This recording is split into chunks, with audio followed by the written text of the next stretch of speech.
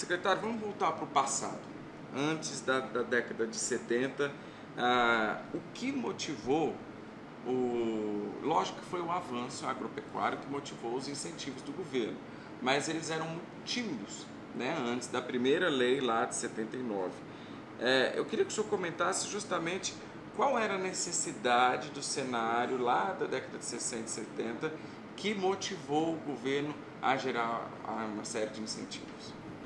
Basicamente, antes da legislação de 1979, o trabalho todo do sistema de irrigação, prioritariamente, era para a irrigação pública, onde o Estado participava efetivamente, construindo barragens, construindo grandes canais, construindo infraestrutura para um processo de irrigação e ajudando a fazer essa cooperação, esse associativismo dos irrigantes. Em 1984, ainda sob a legislação antiga, foi criado o Ministério da Irrigação. Já houve, então, no país o Ministério da Irrigação e que tratou, evidentemente, desses assuntos, mas com programas que já estavam em andamento. Antigamente, nós tivemos, quando eu falo antigamente, esta linha do tempo que tu está me perguntando.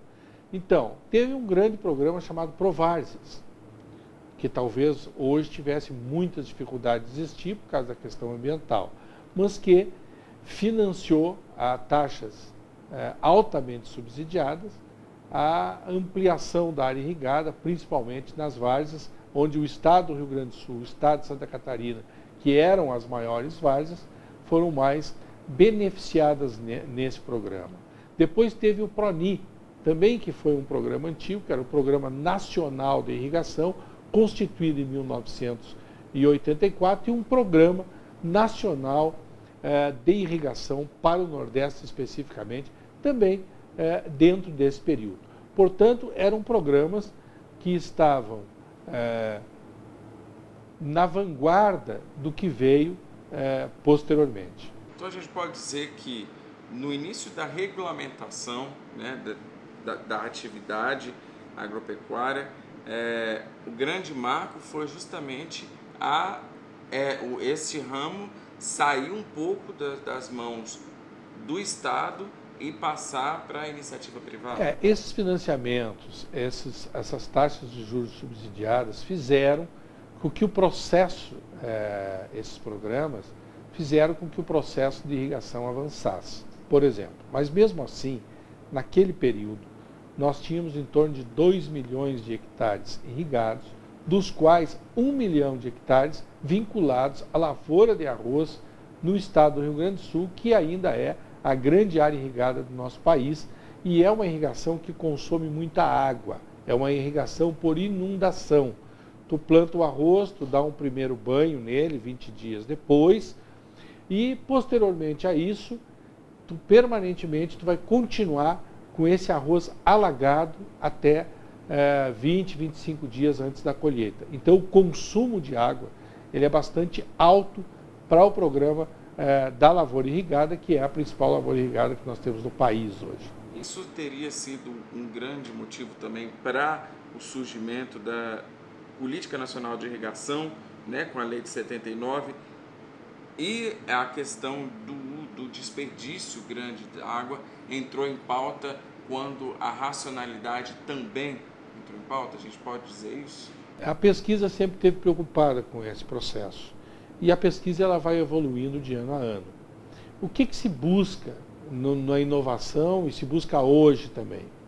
A gente ter plantas que possam ter uma genética que possa consumir menos água, produzir mais.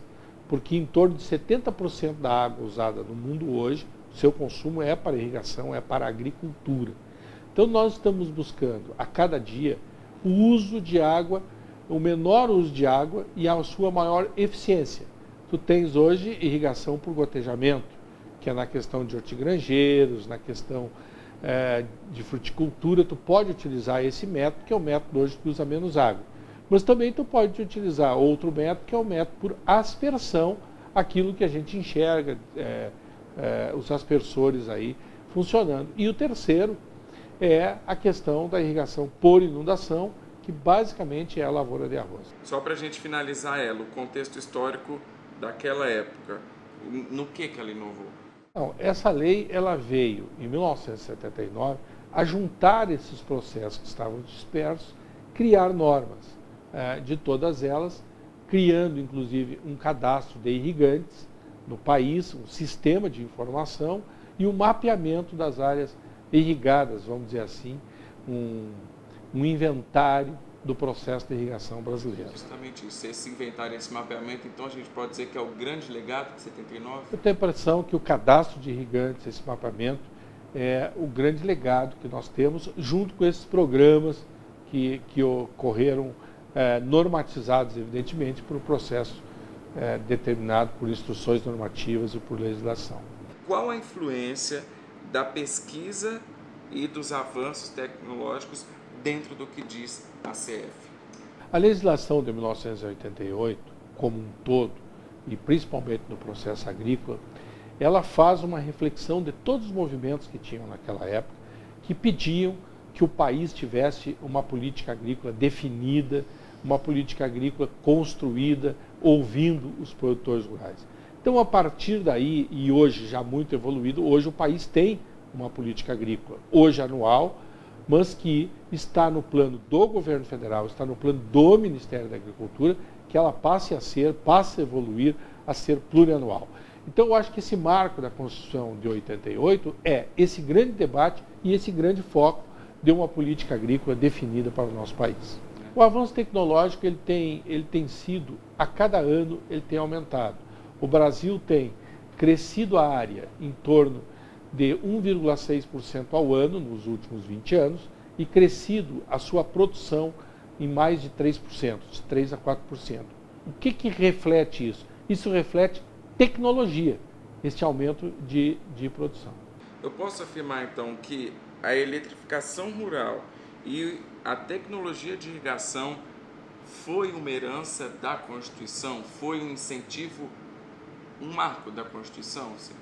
Foi também um marco da Constituição, porque esses são instrumentos para a construção de uma política de irrigação. Tu não faz irrigação sem energia elétrica, tu não faz um processo de irrigação sem armazenagem, tu não faz um processo de irrigação sem um inventário de áreas possíveis de irrigar e sem uma tecnologia, sem capacitação.